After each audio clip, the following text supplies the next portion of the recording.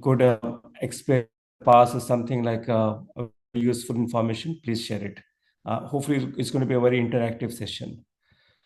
So the learning objectives basically is just to read and describe a chest X-ray, and the list identifies like common features of the respiratory newborn. I think that include both and preterm babies. There are some common pathology which can happen in both both groups, like especially the late preterm groups, like from 34 to 36 weeks, and the infant months, and understand the variations and overlaps in the. So the first of the X-ray is the X-ray is like a radiation through the body, capturing an image of the internal structures. And if you look at the X-ray, you'll find like a different colors, especially like a black, gray, or white, and depending on of which it allows X-ray to pass through it. The way I used to remember, like the white is like a BBC, like bones, the blood, heart, and the calcifications, like if there's any calcification. Subcut tissue is is mainly like a gray in color, and the air basically is usually like a black.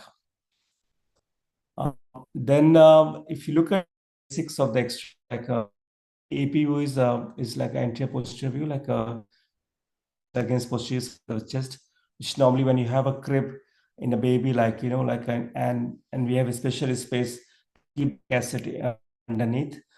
Then you have a PA view, like against anterior surface of the chest, which usually basically happens more in the adults.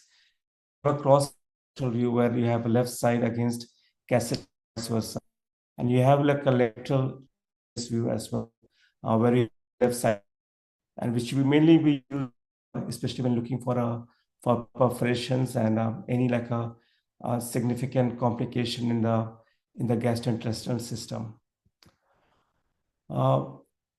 Assisting with the X-rays, you have is a very important procedure. Like I think the first of all, we have to maintain the hand hygiene. Like 5 moments of hand hygiene is aseptic precautions, because we always deal with the infections. You don't want you're like a sick and vulnerable babies to be at risk of infection. So make sure you have you have a proper hand hygiene, and that includes the medical team, nursing team who assist in the X-ray, and the radiographer. There are some like X-ray plate which will have some plastic cover as well. Our babies are at risk of hypothermia. I think you want to basically maintain the normothermia, your temperature between 36.5 to 36. You try to basically make sure, like when you're doing the X-ray, your radiant, the warmer is on. Maybe like a baby is not at risk of hypothermia, which has the complications. The radiation is important. I think you have to be mindful that it can cause radiation to the baby and the staff as well. So there's a lead apron for the nurse who basically they're holding it, and the baby, and there is like a red shield for as well, especially if you are doing like a lower abdomen, for there is small connect shield. Shouldn't be straight. I think we always try to achieve a good X-ray. It should not be rotated to the right and left, and not like a lordotic as well. Usually, ideally, inspirative film, but it's not very always possible. Just have to make sure the baby is settled, is not upset, and and avoid swings in the respiratory depth, and no plastics in the region of the. So try it like not to have any coming in the view of your X-ray frame. And the label cut is very important, especially like if you're a very busy unit. You have to make sure that you have the right baby with the right date of birth, and the date and time of the X-ray. It is do a serial X-rays. You want to compare with from the previous, so you have to do like a label properly. and should not like under overexposed. Like I'll give you some examples in my next slide. Um, So I think the basics of exercise, like we look at the few basics, like is rotation, inspiration, position, and exposure, and then you have like a pattern approach, whether it is a radio opaque and radiolucent. Uh, so if you look at here, uh, you should be try to get it like a well centralized. I think as much as possible. Like you can see, the ribs on both sides appear to be of equal length, and it is you can see the clavicles are very central, and you can very clearly see the lung fields and the heart, and you have a proper view of, like the bony structures. So I think it is try to be like make it as central as possible. If you look at the other picture, like a rotation to the right, you see the ribs on the right side appears to be longer, and if you have the rotation to the left, you see like the ribs on the left side appear longer. So try to like keep it as central as possible. Expiratory film, lungs appear smaller and reducent, and heart appears wide. But if you have a proper inspirative film, like the lungs will appear large and more radiolucent, and the heart appears to be narrow. The expansion, I think, usually you have like anterior and posterior ribs. I think we usually we count from the posterior ribs, like, but if you can count from the anterior rib, that should be fine as well. I think posteriorly it is 7 to 9 ribs above the diaphragm, anteriorly like around 5 to 6 ribs. Normal bronchovascular markings, and the diaphragm will be curved like a dome shaped. It's like a normal expansion. Hyperexpansion is when you have like a 9 ribs, more than 9 ribs of the diaphragm. You can see like a diaphragm is very flat. The lungs are very hyperlucent and it's squashed like on the cardiac rate, hyperexpansion.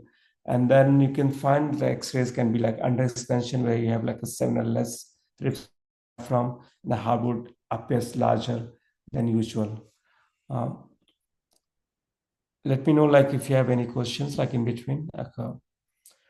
Uh, Again, like I mentioned, like about labeling of the X-rays, like this X-ray, like which is we have a label on the right side, and there's this one area. So it's very important. Like we have a proper label, especially the side as well. And the same X-ray, if you reverse it, you can see like a difference in the findings. Exposure, like not overexposed or underexposed. You can see some examples like you can normal exposure. We can see like a vertebral bodies very clearly. Overexposed, you will see like a more with some intervertebral spaces as well. But you can see like a very hyperlucent the lung fields, and you have like underexposed where you don't see the vertebrae very clearly. So you try to have like a normal exposure, and usually like a radiographers are pretty experienced, and they will try to take a the right picture with the right settings. Again, dear friends and colleagues, the plastics, I think I noticed not babies are basically in the ICU, and they will have this cardiovascular monitoring, where you have like a um, different leads, like cardiac leads, like monitors. Not to have those leads in the view, because if you are trying to see the endotracheal tube, the position, and maybe like a PICC line, or maybe like umbilical catheter, you may be able not to find uh, the right information because of the artifacts. So make sure that tubes and lines do not overlap the region of the um, so thymus is like one of the common findings. You can see like it's like a sales sign. Like usually it is, you can see like a quite fullness um, on the like upper like over the upper side of the like a lung fields. Like you see like a quite fullness there. So just to be aware, it is not something that you're seeing any like abnormal findings in your X-ray. Are usual or a normal finding as a thymus, which is called like a sales sign. When we look at the pathology, like in our X-rays, I think it's good to have some understanding, like what exactly we are dealing with, and not necessarily is the same. But this is just like a few examples where you can what where could be the etiology. And if you look at the preterm babies, like usually they have a respiratory distress syndrome. It's quite acute soon after the birth. It is inversely proportional to gestational age. So it means like the less preemie is going to be like a more severe RDS. And usually it is just starts soon after the birth, and then with the increased oxygen requirement and the work of breathing. Patent ductus arteriosus can be more common in the preterm babies. However, you can not necessarily you see soon after the birth, but generally like you see like in first few days of life when they have like a more oxygen requirement, or maybe like they're generally like more unwell. And sometimes the duct can reopen when they're a few weeks old, and then you can also see those findings of the PDA. Pneumonia is interesting one, like can be both settings, like it can be acute, it could be chronic.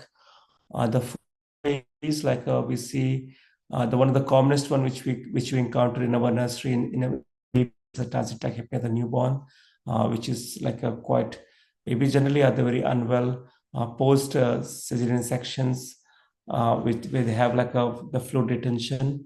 Oxygen requirement generally they are well, and they just have a tachypnea with not that much increased work of breathing, and not that much degree of hypoxia we see in the full-term babies. Meconium is another one which we get a very sick babies. Usually we see like in term post-term babies, generally like they are well with the significant degree of hypoxia and systemic hypoperfusion. And the pneumonia can again that can present in any setting. It can happen in the soon after the birth if you have a history of group streptococcus, or any like history of risk factors like chorioamnitis, and like if the mom is generally unwell, and there is a risk of pneumonia in the babies. Whenever we do any kind of therapy in the babies, especially like complications, babies are on the ventilator, like they can have complication, especially like we always get very worried and scared about pneumothorax or air leak syndromes. It's, uh, it's not necessarily, sometimes can be spontaneous as well, like a spontaneous pneumothorax in a babies as well, just to be aware of. Uh, PIE, like emphysema, also common in the preterm baby, especially with the RDS ones. And the long-term complication like bronchopulmonary dysplasia. Just to be aware, like when you're doing the X-ray for the respiratory test, there are conditions like pulmonary sequestration, like congenital pulmonary malformations. You have diaphragmatic heart, and sometimes you have like a tracheoesophageal fistula, and the cardiac disease can also manifest in your. Uh, so just to be like just some kind of guidance, what exactly are you possibly like a problem you're dealing with. Uh, then just like I think the commonest one which we encounter in our babies uh, is respiratory distress syndrome, like that is due to deficiency in the preterm infants. The changes includes like a small volume lung fields with a ground glass appearance, like a diffuse granularity of the lung fields. This is due to the visualization of the air-filled terminal bronchioles against the background of alveolar axis. And then you can also see like a air bronchogram, like a branching translucency against the background of alveolar atelectasis. And then white out, like you can see like a lung field appears totally opaque due to the virtual disappearance from the tracheobronchial tray. Just like a uh, expression of those findings, like You can see like it's a ground glass appearance at the back here. You can see some air bronchium here, a very common finding in the babies.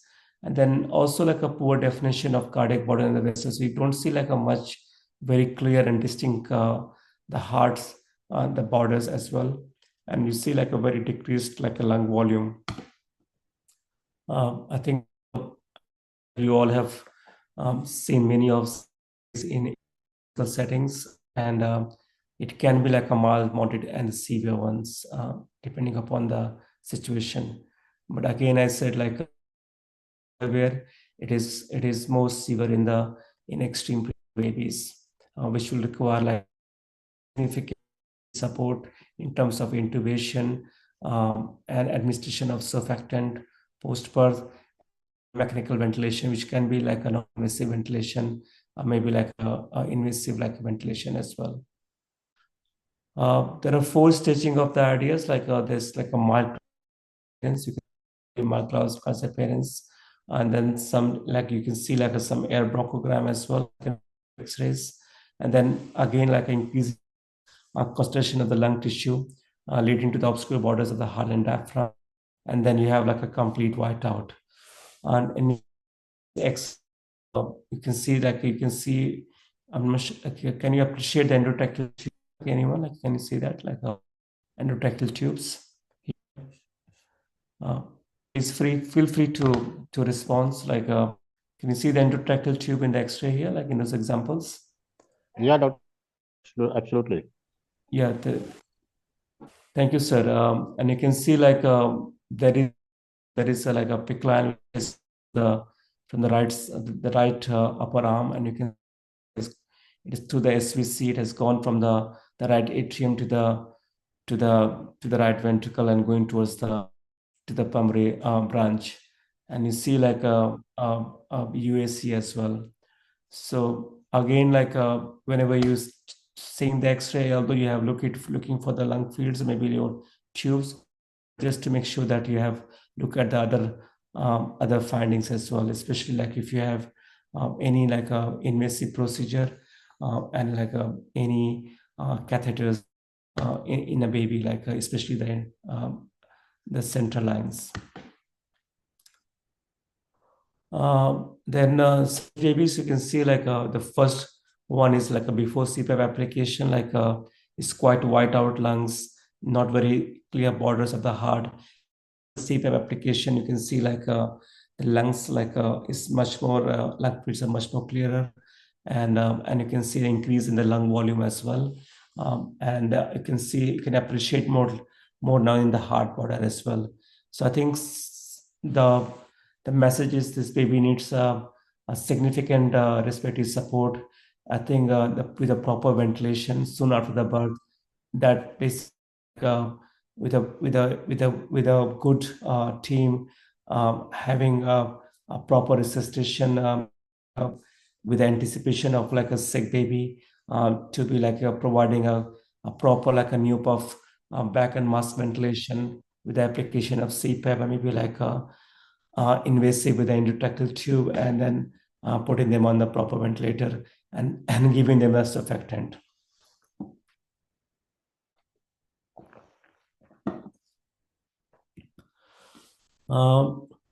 Again, like there are a few more examples. You can see that and there's a orogastric tube, ground glass appearance. I can see like the heart looks. So this is what do you think this baby is going on like so this baby has basically a significant PDA. You can see the heart size is very big, like a significant pulmonary edema here, and after like receiving a course of like medical treatment for the closer PDA, yeah, with a non-steroidal anti-inflammatory drugs like ibuprofen or paracetamol, you can see like a more clearer the lung fields, and the heart appears to be smaller as well. In same X-ray, you can see like is a transpyloric tube as well, like some babies who are not easy to feed, like especially when they are on CPAP, they have a significant reflux, maybe like a feed intolerance. So you can see like there is there's a transpyloric tube which is coming down here and then basically going beyond the pylorus. And you can see like there is a orogastric tube as well. Gastric could be NG tube, whatever. It's not, we can't say that, but there's a gastric tube as well. Just for like the purpose of this tube is just the deflammation of the stomach, because sometimes with your application of the CPAP, the abdomen can become very distended and can cause more complications. And this can have a compromise breathing as well. So I think that those are the very important features which you look at the X-ray as well. Then we can just go post RDS is another very common situation in our babies is a transient one, which is basically due to delayed clearance of lung fluids, typically seen in the babies by cesarean section without the labor. However, there are babies who are at risk, especially like the term babies, like especially like an infant of a diabetic mom, and like a quick labor as well, like the most risk of TTN. Like sometimes it is very difficult to differentiate between the TTN and the RDS as well. Maybe given the history, like you always feel not something else you're dealing with, because the clinical picture is similar. Like they are basically tachypnea, they have some walkout breathing, and plus can have some degree of hypoxia as well with information when you do saturation monitoring. So just generally, like they have like a well expanded lung fields, and they have some radiating stick of fluids, like I can see like here, the and then you have like some fluid in the transverse oblique fissure, and occasionally you see as well. So such babies, like generally they are not too unwell, but they will have the higher respiratory rate, maybe in 60s and 80s. But again, it is you just have to basically look back to the basics, look at the history, and again, that is not like a significant risk factor. You have a very, whatever your clinical picture is with the history, and then you support them with the respiratory support if they as they require. They can be sometimes if they have a very mild tachypnea, they can be just watched, and if they have significant tachypnea, and with they will need some kind of like a CPAP support. It's another like visual representation, like what you can see. Basically, you can see like a fluid in the fissure. Like if you see this arrow here, some fluid in the fissure. You see like some perihural linear density here, and then subtle like a pericardiac enlargement, and then you can see like a bit of hyper lung fields like here as well, some increased lung volume. uh, Again, like you have to go back and check the history, like it's not something like there's no history of meconium, there's no significant risk of neonatal pneumonia, especially like a group B streptococcus, and if they have like a risk of gram negative like a E. coli or something else, or maybe it is you're not dealing with a baby with RDS as well. So history is important here, and usually it is more common in the term babies. The another group of the babies which we come across in our nursery is a Meconium aspiration syndrome. They're very sick babies. Like they may need a significant respiratory support, and sometimes like a higher mode of ventilation, like a high frequency as well, and nitric oxide therapy. Sometimes if they are very hypoxic, and some systemic anatropes as well, like to support their blood pressure and maintain a higher systemic pressure to encounter this tension.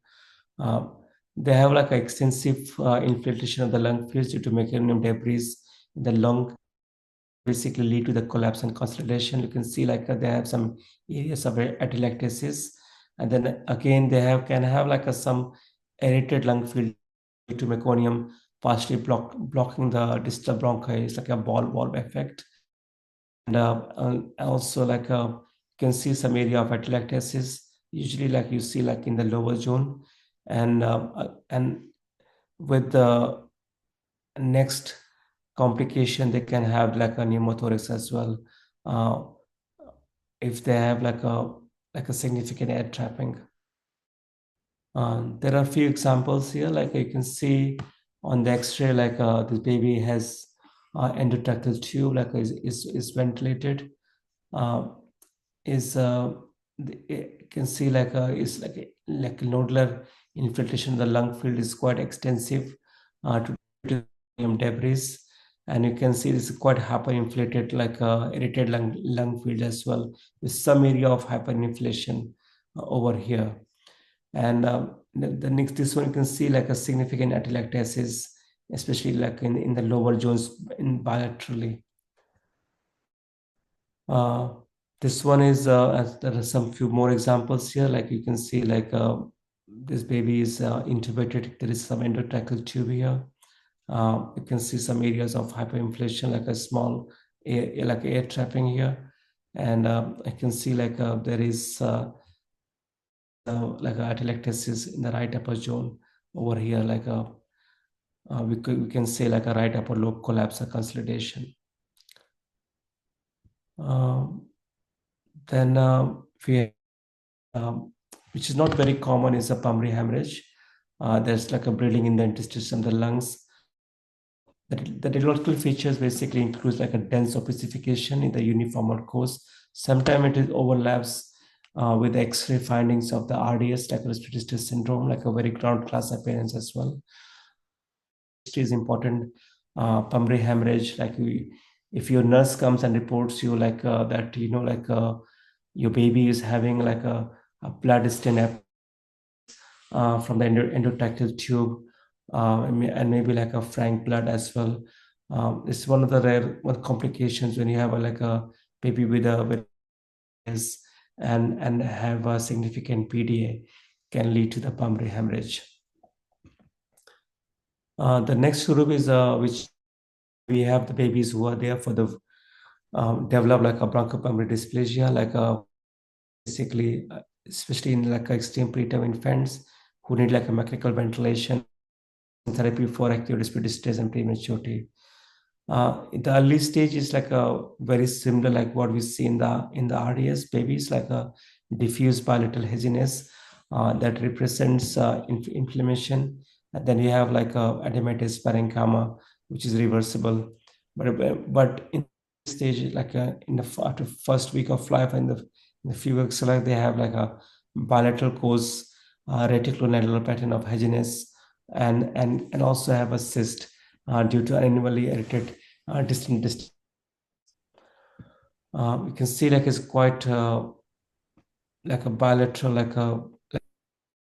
and this baby has like a quite significant haziness on the both sides, quite ground glass appearance as well. You can imagine how sick this baby is. You can see like a couple of tubes as well. You can appreciate there's endotracheal tube. There's a this as well here, and I can this is the umbilical catheter. It's hard to say is umbilical venous or arterial until we can see we have like abdo X-ray as well, but it is possibly it is an arterial catheter.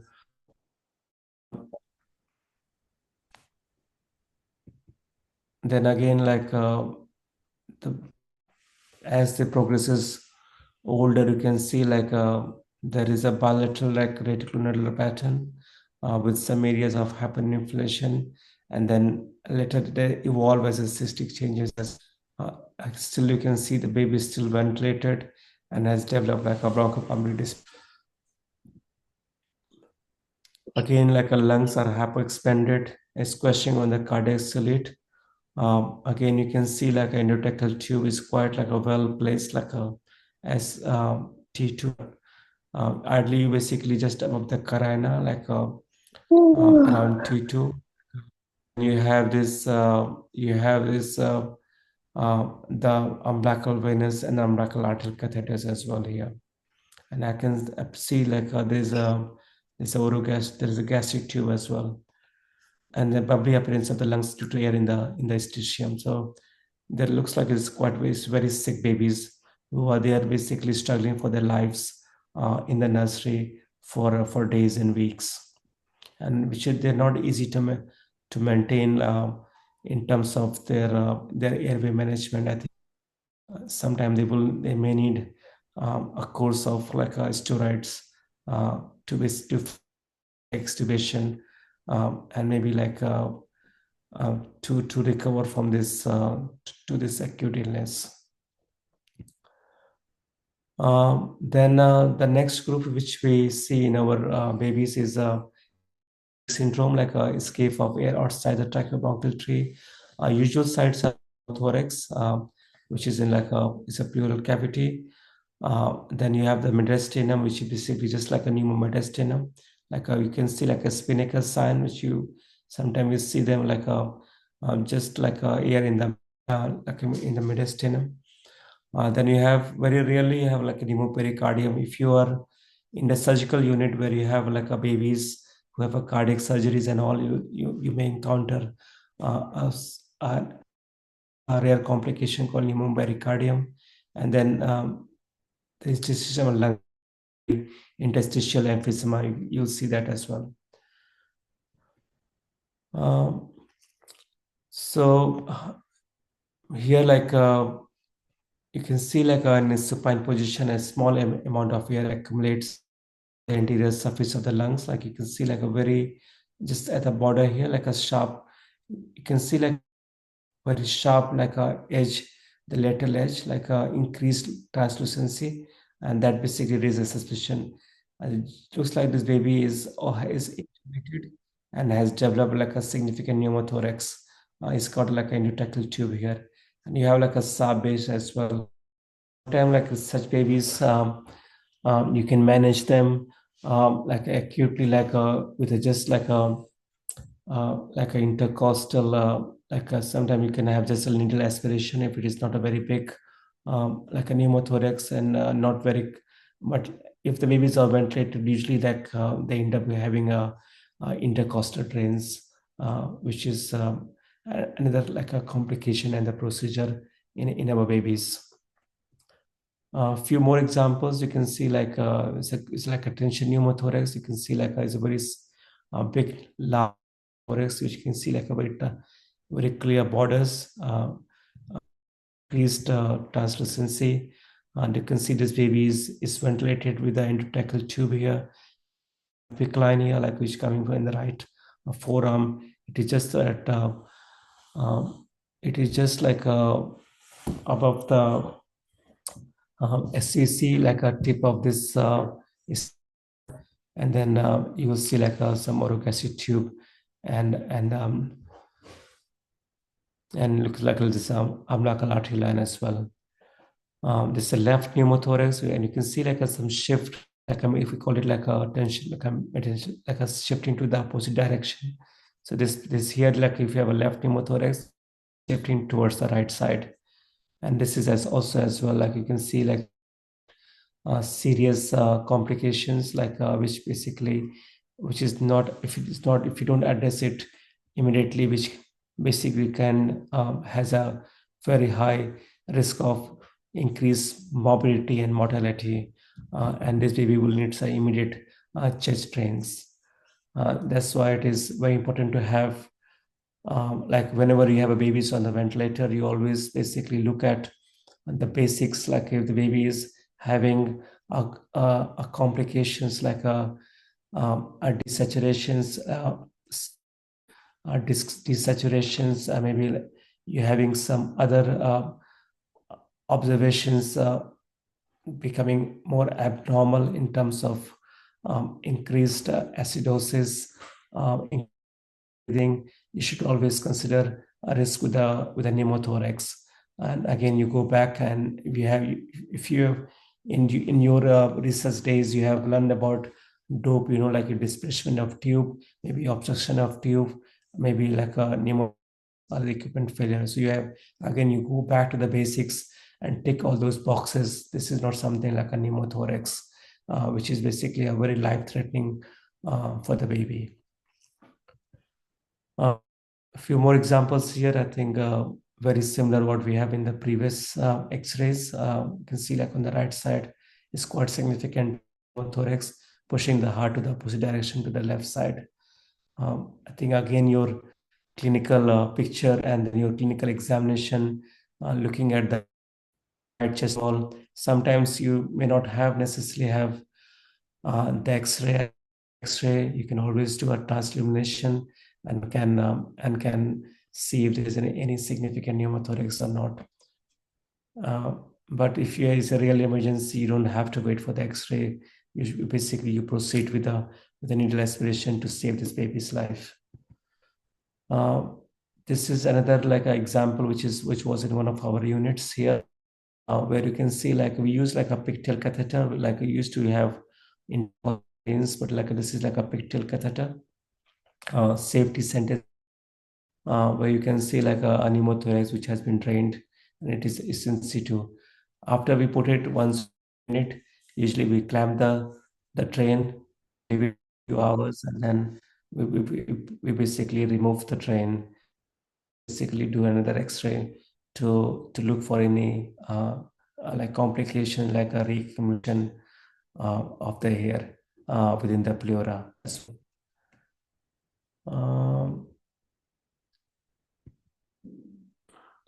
so this is one is it's like air in the mediastinum. You can see like a elevated thymic lobe. Not necessarily like you need. They are generally not too unwell, but I think you just have to be careful and watch very close that progress to like a larger pneumothorax or air leaks.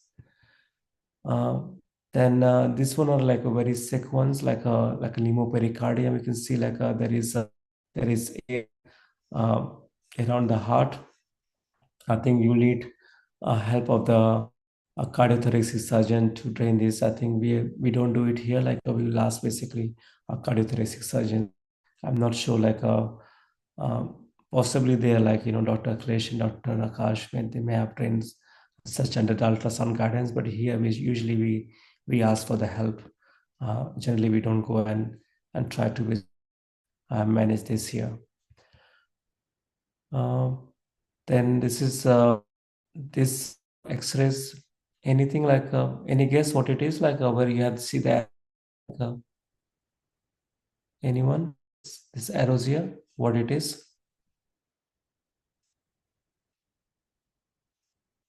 You see like a such like a basically there are skin folds which sometime in the babies, which basically not very within your lung fields, like you just see like outside of this.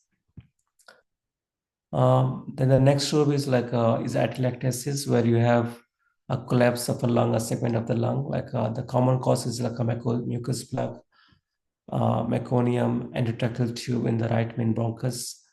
Like that's why very important. Like when you do intubation, like to check the tube, making sure that tube has been placed in the right position between it's around T1. And if the tube is high or low, make sure that you basically you adjusted your tube in the right place, and you have documented that. Then when the next team comes in, they know exactly where the tube is. I think with every nursing check and in every medical officer check, I think as a neutral registrar, as a SR, you should be like writing it down where exactly the tube is and documenting. It is very important, especially like if your baby is on the ventilator, you try not to have those complications.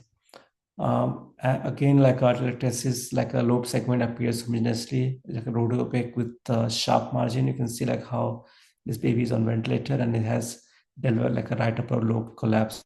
And such babies, they may need some strategies to overcome this problem, like maybe the positioning and maybe a gentle ventilation. A few more examples here. You can see like there is like a right upper lobes collapse and or consolidation which has developed in these babies. There are a few more examples here. You can see like it is this view is like quite like a lordotic view. You can see this baby is ventilated, and if you see this arrow here has a effusion as well. This baby had a chylothorax, which required basically uh, as recurrent like aspiration as well, and some other medical treatment as well. You can see this baby is ventilated. The both babies are ventilated here as well. This one is like a post cardiac surgery. I has a PDL ligation and develop some effusion post surgery. Diaphragmatic hernia is another scary one, which you don't want to see undiagnosed. I think nowadays with advanced medicine, and a very good antenatal scans, especially morphology scans, which look for the dysmorphology, any abnormalities, they pick up very early. But from a small centers, maybe refer to you in a big centers and diagnose diaphragmatic hernia.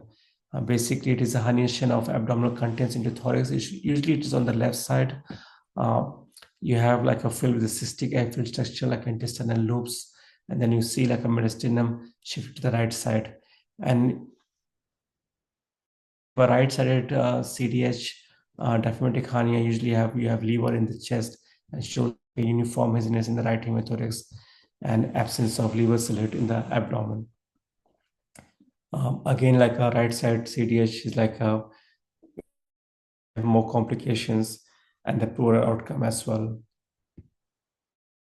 Immediate surgery, like a post stabilization, and they have and diagnosis.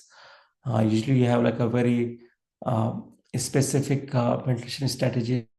Try to keep the pressures very gentle pressure, especially like a volume guarantee with a higher respiratory rates to maintain the proper oxygenation and encounter the high CO2 levels.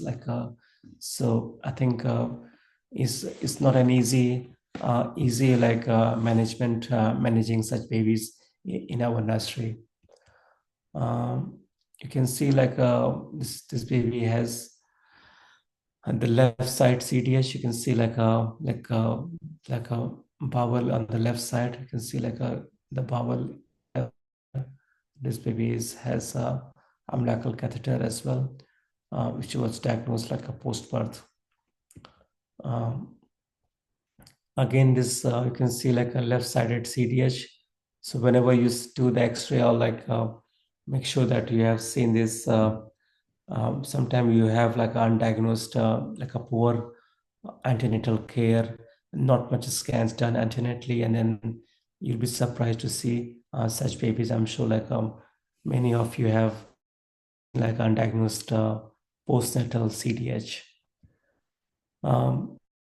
You can see on the right side as well, like this right-sided CDH, you can see it's not very much clear the lung fields, and you can see intestinal the bowel loops here as well, and then you have this some translucency on the opposite side, maybe like a shift as well on the side. Then I think we can just briefly just keeping that we don't have much time left. Umbilical catheters. So I think umbilical catheters, I think there are two. If you're doing the umbilical catheter, I think you have two options, like a high placement that is basically at T6 and T9 levels. I think that is an ideal. I haven't seen much like a low placement. Usually, we try to aim to the higher positions, like a T6 to T9. If you look at this picture here, basically umbilical artery line first it was downwards and then turns upwards, and intercommon iliac, and then abdominal outer, and then basically it places on T6 to T9. I think it's very important to check the position, that it is not kinked, it is not basically going in the right direction, and you have like a proper backflow, because it has a significant complications if it is malpositioned. So I think this is a good diagram, like where you can see like you don't want to be at L1 level around the renal arteries, maybe not at the diaphragm level as well. You try to be silly, you place it a bit higher here as well. Has a different course, a different direction as well. Like it basically goes directly to upwards north without an initial downward bend.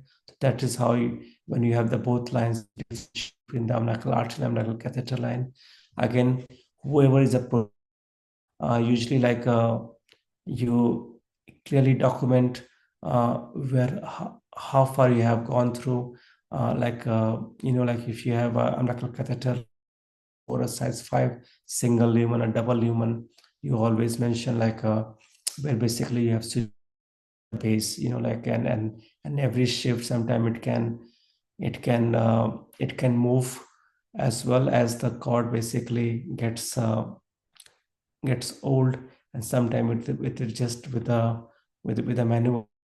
Please document that as well, that where it is placed at the base, or maybe at the stump. Tip should be located at the level, if looking at the X-ray, like a junction of inferior vena cava, that is your T8 and T9. Should be your ideal position. But sometimes go like in the wrong direction, like especially like can go to the portal veins, and then and one of the like the hepatic veins as well.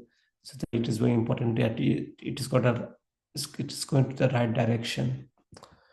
So you can see this is very ideal. This is a very good example of UVC and USC. USC, you can see, is going a little bit of right bend, and then it is going in the right. It is at the level of T10, like a T10 here, and then you can see like umbilical UAC, which has gone down here first. Is coming from here. It has gone down, and then basically it's going upwards. And then you have, this is your at the level of like a T9. Again, you can see like this is a very low lying UAC, which is not, basically it's not very ideal position for the UAC. It has gone down, is coming up, and even not much luck with your UVC as well. You can see that it is in the liver. Basically, it needs to come out and place another one. Same one this is one, again, another example of UAC is going down here, and then it's going up, and then you have on the right side, you can see like on the UVC, which is basically is going up with some like towards the north direction, like up here. There's some right bending, and then going to the centrally. I think, and whoever has put it has done a great job. Is very well placed. You can see like it is at the level of T9, and this level of T8. There are a couple of more examples here, friends and colleagues. This can see like it has gone basically much more higher in the heart here as well. I think again you may have to pull it out. You can see this umbilical.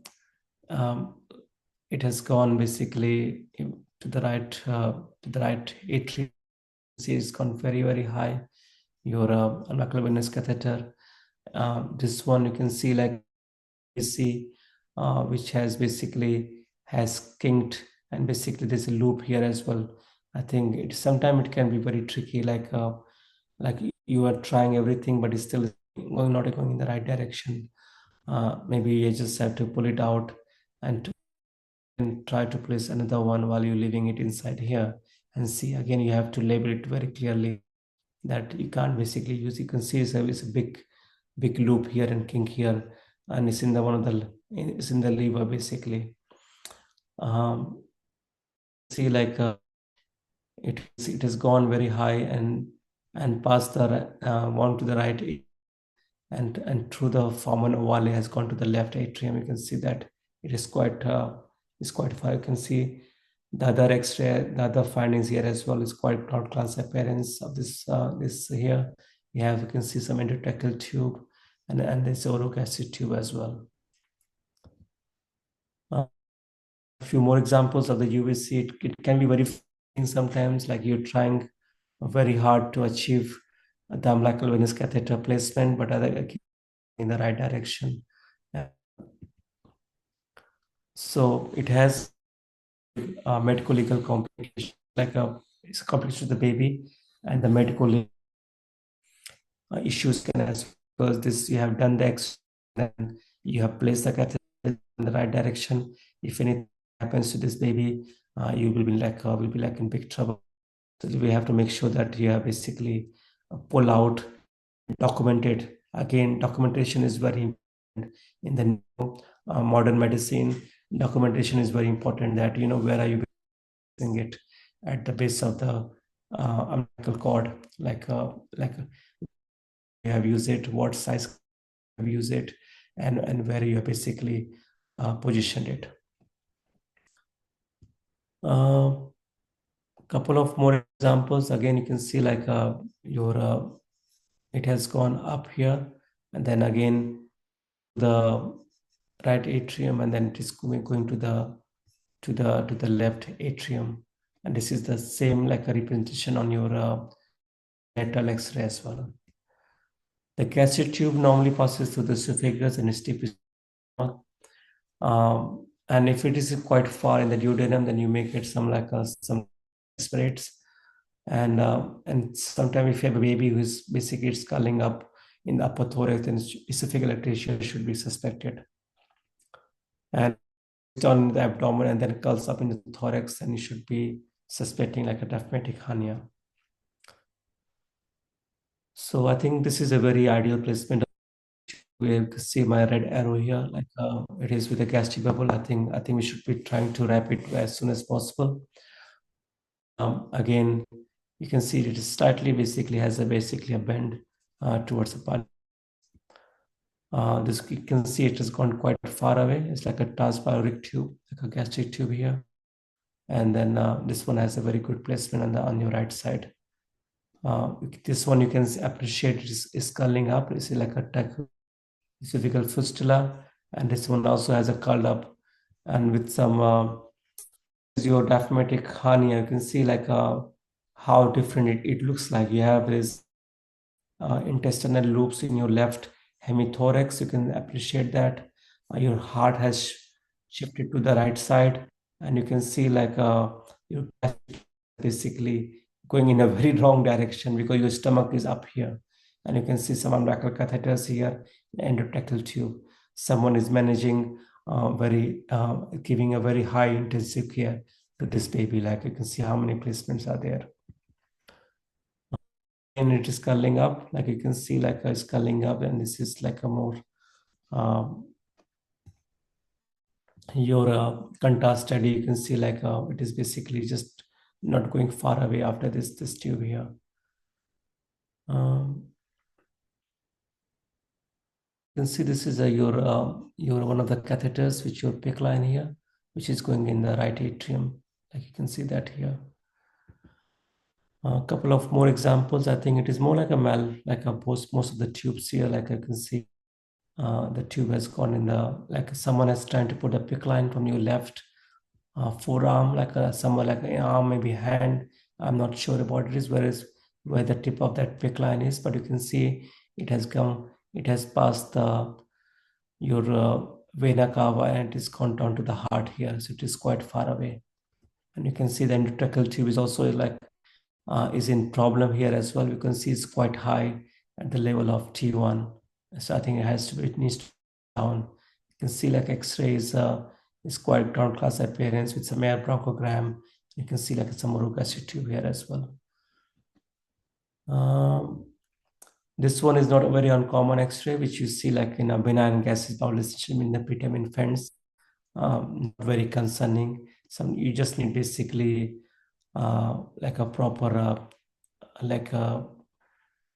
a gastric tube, and which you basically trying to aspirate some air and sometimes you leave it open. You can see there is a PICC line here as well, which is coming. So if you have a PICC line which you have put in the left saphenous vein, usually it crosses the midline and going up here like the level of L5, L5 and T12 here. You can see that it's coming from the left side and it crosses the midline. Sometimes it can go to your plexus as well. And some units they use the contrast like iodine contrast, which you basically push it to see which direction it is going. Cardiothoracic ratio, I think important. I think you want to see like how big the heart is. Like usually it is like sometimes we can overestimate the heart size as well. But usually like you have length here, like the whole thoracic here, and then you have the widest like in point of your heart, and then you have like a CT ratio, usually like moving around 60% and below. So can someone can see this here? Like, so you have this here, the whole thoracic thing, then you have heart thing. So you take it like a big, just try to like the most widest like a end point here as well. Then again, you can see this like a significant cardiomegaly, and there is like in the heart failure. I think this maybe you had an Epstein anomaly. You can see like how huge and big heart is, and you can see like it's quite big heart in the congestive cardiac failure. These are the references, and if you have any questions, please. Yeah, I'm just going to thank you everyone for your time. Yeah. Thank you, Dr. Tarun, for a very informative session on this X-rays. And no doubt it is a very basic modality of investigation. So request any participant to post the question in the chat box. You can directly ask.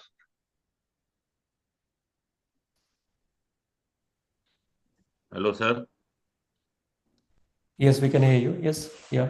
Sir ये new ward में कैसे assess करेंगे कि वो inspiration कर रहा है या एक्सपायरेशन कर रहा है? एडल्ट में तो हम लोग सांस ब्रेथ होल्ड करा लेते हैं ड्यूरिंग इंस्पायरेशन, लेकिन न्यू वार्ड में बहुत डिफिकल्टी होती है।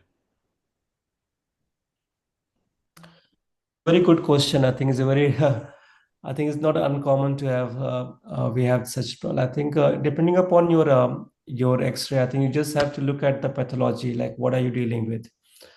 If you have a baby with a significant RDS, they may have like a very small lung volumes. Usually like if you sing like a good border, like a good, like a glute and the diaphragm levels, and you have like a 7 to the 9 ribs. I think you just have to pick it up when you're doing if the baby's on the any mode of ventilation, then it's not difficult to achieve that, because you have a CPAP on with a positive pressure ventilation, with some like a positive, like you have a higher PEEP, a positive in expected pressure like a 6 or 7. They generally like open up, but there are times when we don't achieve a very well expanded lungs. Is Dr. Akash has any bright ideas? Like he always has very good answers for the such. I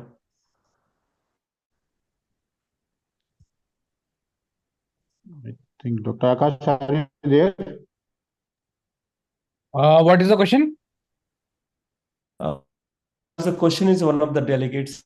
How the Participant is like how to assess, how to make sure we have like a good inspiratory flame when we're doing X-ray. So my answer was like it is not like easy to do that, like to get a proper inspiratory flame.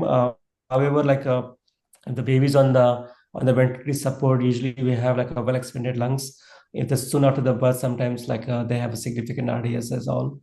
So how you do that, like that, making sure like generally the radiographers are pretty to